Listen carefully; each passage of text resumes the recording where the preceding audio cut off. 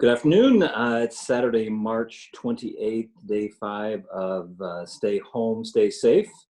Welcome to the SBAM Daily Briefing. I'm joined by Brian Kelly, our president, and this is really, as we've been saying, this is an opportunity for us to give you the latest information as it breaks, as it comes out. It's one of the tools that we're using to keep our members informed about what's happening as it relates to this COVID crisis and how it affects small businesses. The other things we're doing is keeping our website up daily, literally multiple times a day, updating it. We're gathering questions and answers and trying to sort of organize those in a way that people can continue to get their questions answered. And as we talked about yesterday, we're adding some webinars as an opportunity to really get a little deeper into subjects that we know small businesses really need to know about. So Brian is from his remote location once again. Those of you who've been watching our daily briefings will know that Brian tends to do these from his home office. Brian, where are you today? Yeah, so my home office is my car, and it's been a while since I pointed out that I have young kids and a dog at home, and they don't necessarily like to give me a lot of personal space. So I do these from the car so I can control the environment. But I also have to drive a little closer to town to get a good enough signal to do this. And that works out well usually, except for where I live, people are so friendly and they see me sitting in my car, and I've had to ignore people coming up, waving, trying to get my attention, make sure I'm okay, that sort of thing. So, but yeah, this is it. Really, we've been many days in a row into this, and I just want to thank everybody that tunes in every day, getting this information. I mean, we really appreciate the connection that we still are able to maintain and such. It's never been more important, but this connection we've been able to maintain with small business owners across the state. Well, so let's start on that topic. A little context. I just saw last night that Michigan has the 5th highest infection rate in the country. This is not, we are just one of 50 states who are dealing with this, but we may have more than our fair share of this. Can you talk just a little bit about the context in which all of this is really happening now? Yeah, and I've been saying for several days here, expect to see the numbers rise to a level that are scary. And you're going to see new numbers out today that show an even steeper rise of the infections that are being discovered. Testing is still ramping up, but Southeast Michigan, the Detroit area, has become a hotspot in the country, and we are one of the top states. Unfortunately, top is not best in this case. The highest infection number of infections in our state. And behind those infections, there's some percentage of those people that will not recover, people that will die. And so we're going to see those numbers continue to increase. Now, we're not public health experts at SBAM. The reason that I bring this up, though, is because I think it matters to the context of making decisions about whether or not you stay open. So we've got this order. We've been talking about it. It's somewhat vague. You can't always tell legally, do you have to close or can you stay open? The governor provided a little bit of clarity on philosophy, not on individual situations, but philosophy, saying if you have to ask if you're allowed to stay open, the answer is probably no. And so that's, I just think, considering that the state is the authority in this case in terms of the enforcer, I think that we need to pay special attention to that. But I think it will become more and more clear why these actions have been taken as we go through this next week, when we're likely to see numbers get a lot worse, some things that really are concerning. And then we just have to trust that these measures are important, that we not just that we not just heed the letter of the executive order and the law, but we also the spirit of it, which is to reduce our activity as much as we possibly can. So in that, thank you for having sort of set this context. You know, there will be a time for debating whether or not this was all necessary, whether the damage done to the economy was worth, you know, that there'll be a time for that discussion. But right now, we are just all in helping our members both, you know, adhere to this new executive order and to survive it when it's all over. So, in disaster declaration is something that can only be done by the federal government. Today, this morning, Michigan was declared a disaster. What does that mean? What's the impact of that for Michigan? Yeah, so there are a couple of different designations. There's an emergency declaration that can happen at the local, state, or federal level. Michigan has had a federal emergency declaration for a while now. There are different types of disaster declarations that can happen as well. Michigan already had an economic disaster declaration. That's something that we at SBAM actually initiated in terms of the application process to get that going, the authorities to get that going earlier. But then there's a broader FEMA disaster declaration that the president has to make. And 2 days ago, Michigan submitted that request to the federal government, and it was approved it was approved this morning. The reason that we had originally asked for this was because it unlocked certain in terms of business purposes, it unlocks certain safety nets for 1099 style employees. So small contractors and consultants, and even like a lot of barbers operate kind of under this area. They don't qualify for unemployment. They've had to shut down. So that declaration opens up certain resources for those employees or for those business owners.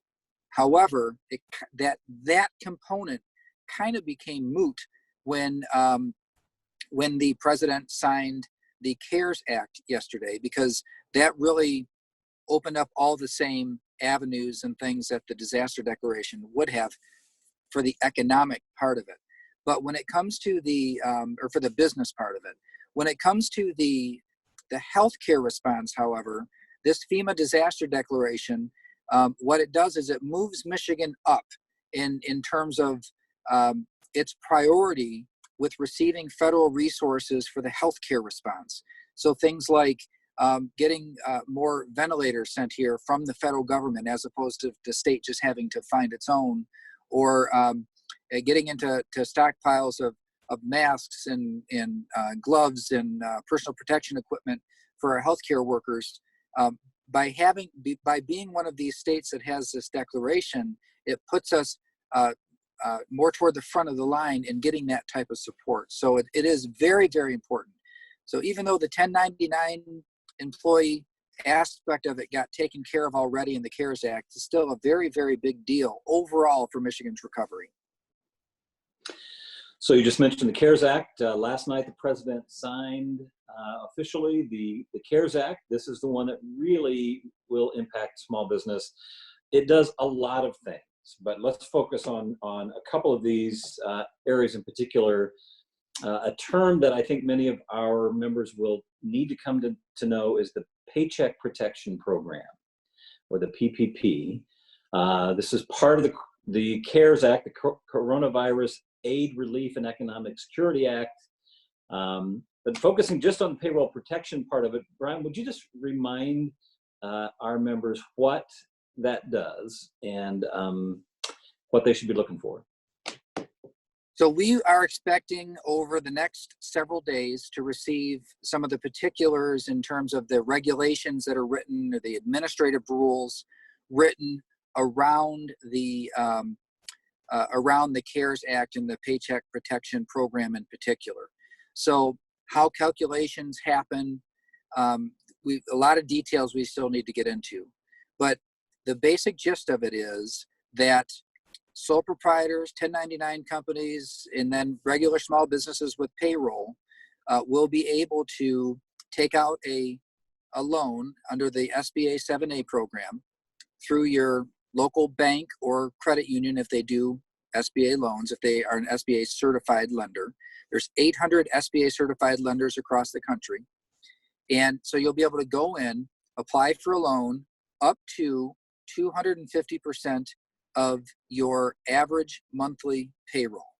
So that's the loan size. And then as long as you use that the proceeds of that loan to cover payroll, rent, interest on debt that existed before February 15th, and utilities, as long as you use it for those purposes and maintain your head count to what it was before. So one of the questions is, what if I already laid people off? Well, the measurement stick is what happens after you get the loan proceeds. So if you laid people off, the expectation would be, if you want the loan forgiven, you bring those people back on your payroll, even if you're closed. So this is the part that's kind of hard to wrap our heads around, in terms of the business case, but they're trying to keep the connection between employers and employees. And then if you do those things for 8 weeks, keep the same head count at roughly the same pay for the people that you're employing, then the loan would be forgiven at the end of the process. I know it sounds too good to be true. I know you're thinking, what's the catch? There's going to be something that comes up. We've got to wait to see the regs and the rules and make sure that we understand all the particulars of it.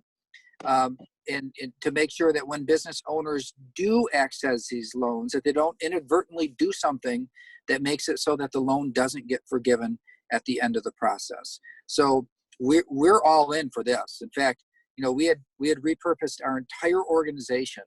Every single staff member that works for SBAM is just working on the COVID-19 response for small businesses. Now, a lot of that has been compliance focused over the last couple of weeks. But now we're going to start shifting that focus over to how do businesses make sure that they understand what this option is and can evaluate, is it a good option for my business?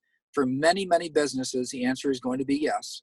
And I'd say for most businesses, the answer will be yes. If you're planning on getting back into business after you're allowed to open back up, if you're planning to do that, then this makes sense for you. But then to go through all the mechanics of how exactly you need to do it and make sure that you can put yourself in the best position possible to get the entire loan forgiven at the end.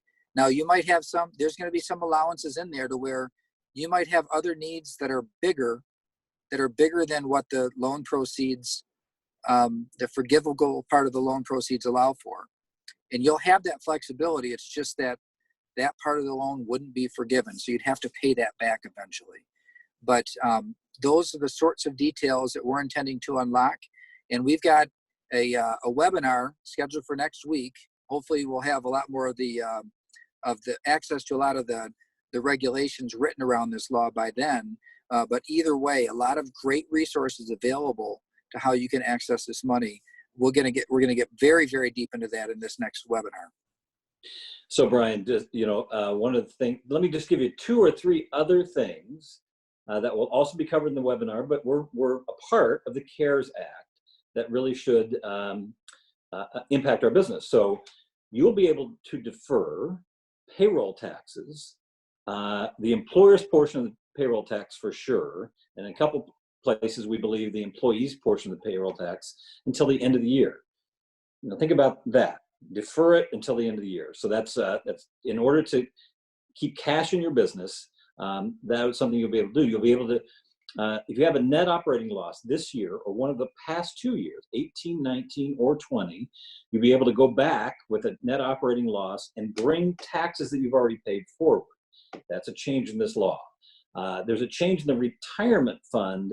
If you have a 401k, one of your employees could take a distribution from that without penalty. So those are just a couple of things that we'll be talking about in this webinar.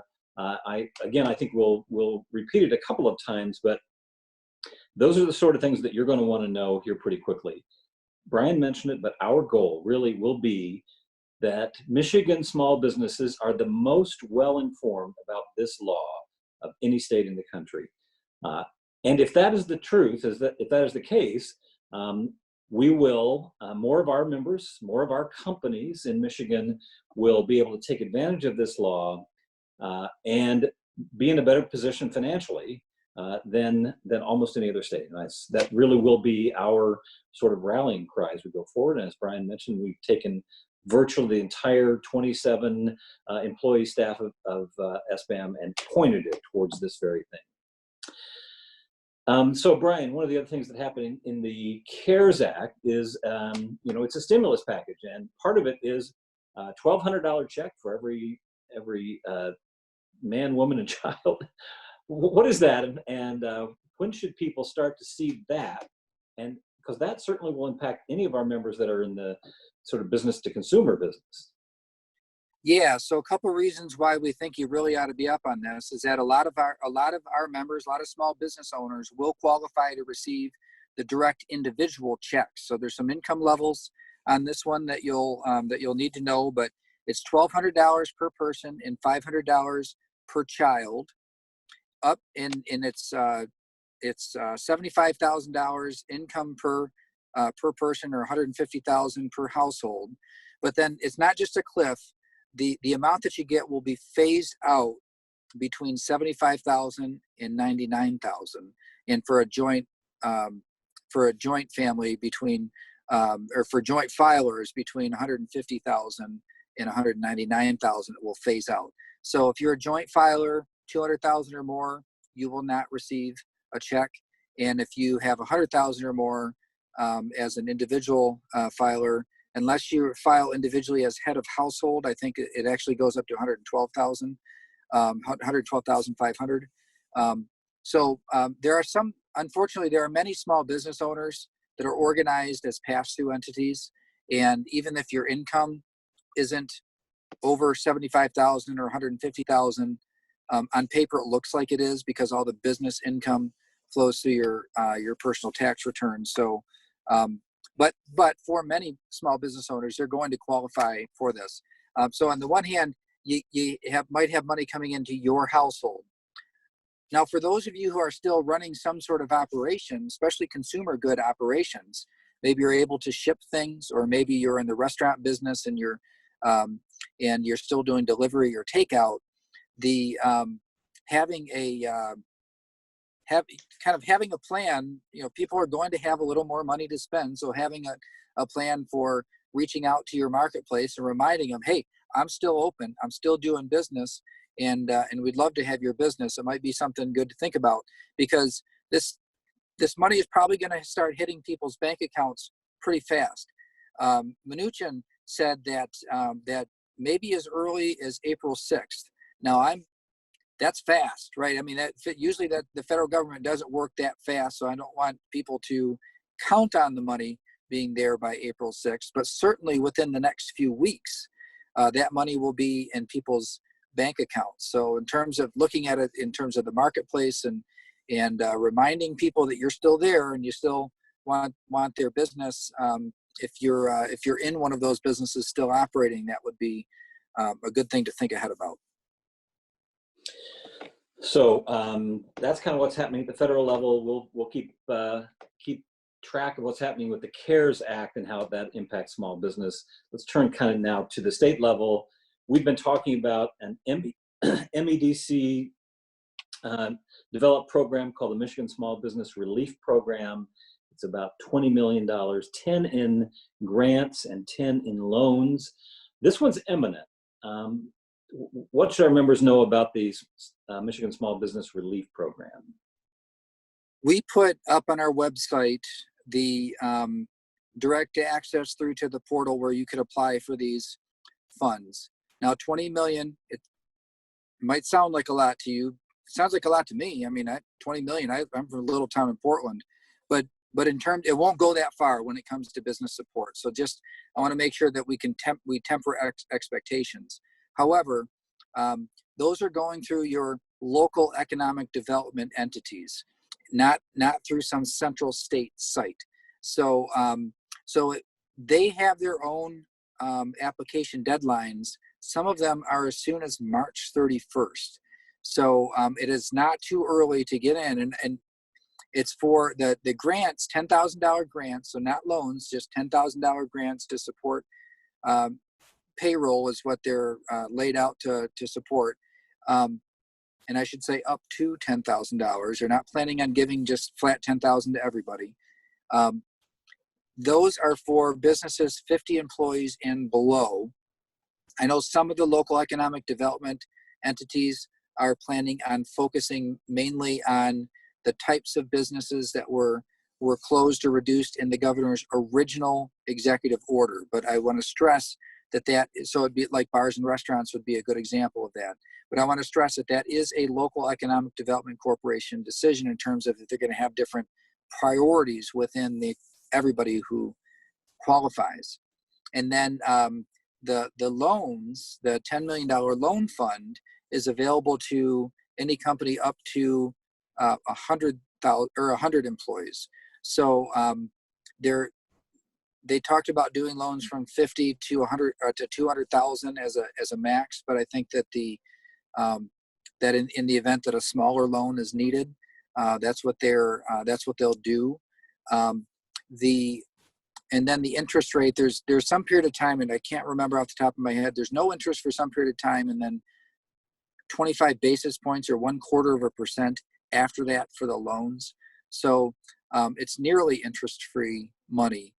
People have reached out and said, should I spend any time going after this? It looks like they'll be able to help a couple thousand companies.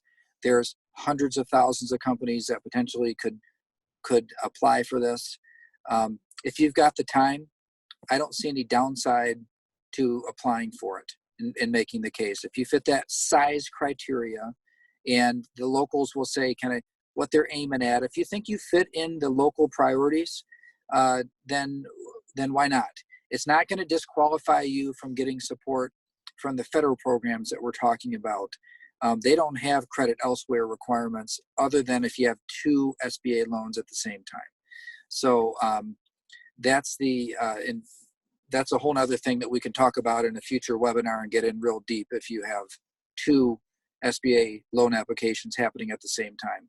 But in terms of this, I don't think there's any downside to asking for it, except for it's your time, and a small percentage of them are going to get approved. I think, Brian, the original, just, if nothing else, the context in which that was passed, it was passed when the only executive order in place was the bars, restaurants, and sort of social gathering places. And that's really what it was targeted for. After that came the next executive order that certainly would overwhelm the need from, where all kinds of companies had to shut down. So, I think the best we can sort of ascertain from that is it's likely that those are going to be focused mostly on those bars, restaurants, and those affected by the first executive order. Yeah, I think that's a safe assumption, and it's also a lot of those are very, very small. So I think what they're probably going to do, in fact, I know some of them are absolutely going to do this, is that what they're going to do is they're going to try and focus the money on entities that are so small that level of money would be a big help. Yeah. So if you're an entity that $10,000 or $5,000 wouldn't make that big of a difference on what you're able to do, then the likelihood that you'd get approved, I think, would be much lower. All right, let's move along to a couple of other things. Yesterday, you had gotten wind of the potential that the Michigan Department of Treasury and the governor of Michigan would defer the tax filing deadline in Michigan. That has happened. It will mirror the federal tax filing deadline of July 15th, as I understand it. And so those two will both be pushed out from April 15th to July 15th. Yeah, so this was, I kind of looked at this one as a foregone conclusion. I know the state does have cash flow concerns of its own. So deferring taxes at a time when their expenditures are going up is something that's kind of complicated for them to decide to do. But here's the deal. You cannot file your Michigan income tax return without first calculating your federal tax liability. It's physically not possible. So your state tax return starts with your federal adjusted gross income. And since the federal deadline was pushed off, it was necessary for the state deadline also to be pushed off. So this is something we were kind of anticipating for a while. It finally happened yesterday. Okay. We had an interesting reach out from the Secretary of State's office. All Secretary of State's offices are closed down. They're open for business online. But I think they've come to realize that there are certain transactions that you just have to go in to do. And certainly some people who are part of critical infrastructure workers, part of critical infrastructure companies, are finding themselves in a kind of a tough spot. Would you talk about what her reach out to us was, Secretary Benson, and what we're doing about it? Yeah, so we really did appreciate the reach out in concerning those who have the type of transactions that cannot be done online. There are certain things you have to go in person for. And so the Secretary of State has decided that she will make it available by appointment those who are critical infrastructure employees who cannot conduct their business online. The problem is that there could be a substantial volume of those. And if they just say, hey, we're open by appointment for anybody, the appointment system will be overwhelmed very quickly. So what she has asked is that we actually do some screening to determine whether or not somebody is a critical infrastructure employee. If you are a critical infrastructure employee, or you're an employer that you've got somebody on your team that's saying, hey, my license is about to expire and I don't want to drive illegally, then go to the SBAM website. We've got a really simple short form that you fill out, and then we'll take a look at it and compare it to the critical infrastructure list just to do a quick check on it. And then we'll connect you directly to the contact at the Secretary of State, who will set up an appointment for you or for your critical infrastructure employee to go get that business taken care of. Now, it's been suggested that police officers are going to be very forgiving for the next month or two with respect to expired licenses, because all this is happening right now. But if we could take one more concern or issue off the minds of a critical infrastructure employee, especially those that are doing healthcare and first responder type work today, then we really want to do that. So we gladly accepted the request, and we have it up and live on our website right now. So I think we could say to our members, if you have an employee, you are critical infrastructure company, you have an employee who needs, have a driver or someone driving your vehicles, and who's going to be out of compliance soon, we can be a solution for that. So happy to help the Secretary of State. In the same vein, the governor's office just today put out a request for volunteers. I think we put that up on our website as well. What is she looking for specifically? Do you know? Yeah, so there are several categories in this request for volunteers or for people to help. Medical workers. There are a lot of people that have medical skills that are not working because you're doing what are considered to be optional type medical services. So if you're sidelined in the medical industry, but you want to volunteer on this overall healthcare effort, that's one of the categories that they're looking for. Also in public health, there are some community volunteer activities that they need as well. Think about meal deliveries as an example. That type of work is still happening today and still allowed, of course, under the executive order. They do have some donation suggestions, the type of organizations that are doing important work right now that need more support, and then also for giving blood. So we decided to also, even though that's not a business thing, we thought there might be a lot of businesses where you've got employees, or maybe the business owner themselves has something to contribute to one of these areas, and you're forced to be shut down right now. Maybe if you want to be a part in this way, that it would be relevant to you. So we put that up on the website. It's a pretty simple form if you want to get involved. And then I don't know exactly how to work, but you fill it out and somebody gets in contact with you to talk about the options in your area. All right. Also, that's through the Department of Health and Human Services, by the way, is really where they're reaching out for those volunteers. And so as we sort of come to the end here, Brian, you've mentioned a webinar that we're doing on Tuesday, March 31st, 10 a.m. on the CARES Act in particular. So that payroll protection plan, you can learn a lot more about that.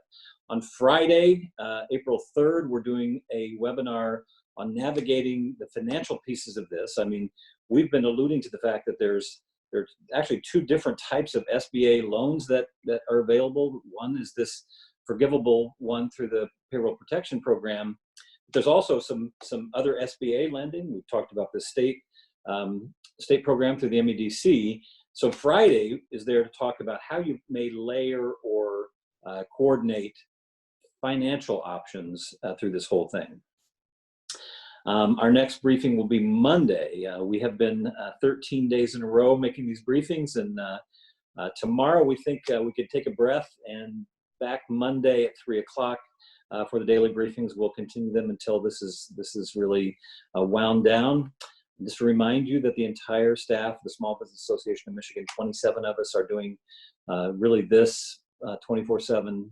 Well, maybe not 24/7, but we're doing it exclusively right now during this time. And so if you have questions, ask them at sbam@sbam.org. That's the team that's dedicated to tracking the answers down. We're also working on resources and other things that we'll be rolling out in the next days and weeks. So thanks for tuning in today. And as we've been saying, remember, wash your hands. And, of course, don't touch your face. Good luck, everybody. See you Monday.